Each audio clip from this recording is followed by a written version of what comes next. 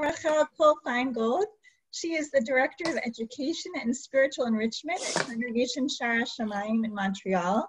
She is also the President of the Montreal Board of Rabbis and recently wrote a wonderful article about Jewish education for Jewish Philanthropy.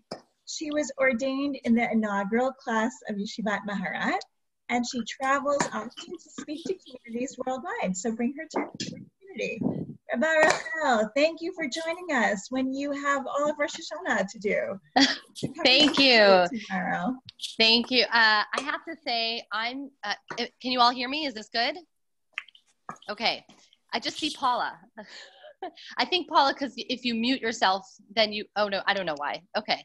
I'm one of these people that is greatly intimidated by someone like Paula, who is cooking up a storm, and I don't cook. I don't really do much in the kitchen at all around these holidays.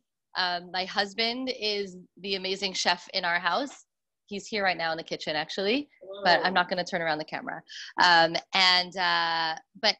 I wanted to talk about the emotions of this time of year. And I don't know if anyone saw it. I wrote this specific piece recently came out on the CBC, which stands for the Canadian Broadcast Company. The CBC did kind of a survey of rabbis across Canada and offering wisdom for the holiday. And the cool thing was, it was not about, here are a bunch of lady rabbis, but they happened to be majority women who were the rabbis that were quoted and offered, which was really nice. And I offered this teaching, which often sits with me during this time of year. The teaching is that a person should carry in their pocket two different pieces of paper. In one pocket, she should have the paper that says, Anochi afar ve'efer, I am dust and ashes.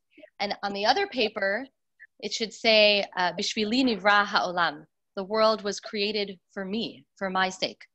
And of course, this is about kind of balancing humility with our ego, balancing a sense of our smallness and our kind of our humility in the span of the universe. We're just dust and ashes. And along with, we were put here for a reason. And both of these ideas are reflected in the liturgy throughout Rosh Hashana and Yom Kippur.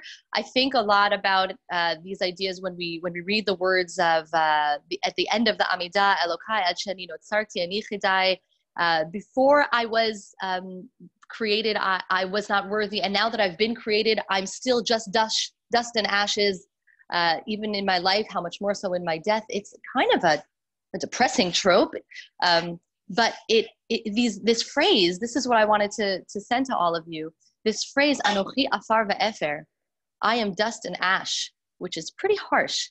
The context of that phrase in the Torah comes from Abraham, our patriarch, in the context of him standing up to God.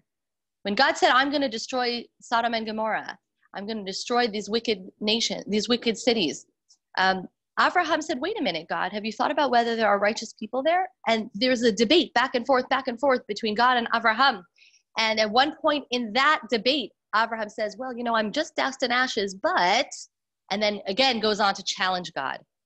So to me, that phrase, I am dust and ashes, really reflects what Jewish humility is. Jewish humility is not hiding in a corner and saying, I'm not worthy of doing anything. Jewish humility is having humility in one pocket, and the world was created for my sake in the other pocket. And what I wanted to offer to everyone tonight was maybe take a minute, grab a pen and a paper, and ask yourself, write it down. I'm a writer, I'm a thinker, I'm a journaler. So write it down. When do I feel powerful? When do I feel empowered? What are the places and spaces and people that I'm with when I feel empowered, when I feel that bishvili nivra ha'olam? And on the other hand, when do I feel small? When do I feel disempowered? And I think it's important also to recognize that feeling small and feeling disempowered is not the same as feeling small and humbled in the context of the awe of this world. And so understanding the difference between the humility in the sense of I'm not worthy of doing anything in the world, and humility in an empowering sense is, I think, really the message of these holidays. We're here to do something. We're here to do something in this year, and we're here to make this year count. So those are the two pieces of paper that maybe we can hold for ourselves and keep ourselves in balance, keep ourselves in check when we feel too big to maybe ask questions and think about what we don't know yet. When we feel too small, feel empowered to do something in this world, because we're here for it. I don't know if there's any time for one more minute. If anyone has a comment or question, that's my tidbit for you tonight. I love it, and thank you. I think it's in the middle of the chaos. I know for me, holiday prep means a lot of different things, and unfortunately, a lot of it is practical, and shopping lists and shopping bags and guests and setting tables, and I don't always remember to do that kind of prep. So thank you for that little tidbit that's handleable and something actually really tangible. So I'm going to wear something with pockets. And maybe we can each put something in our pocket that we think we need this season. What are the 2 pieces of paper that we need to carry? Thank you, Rabba.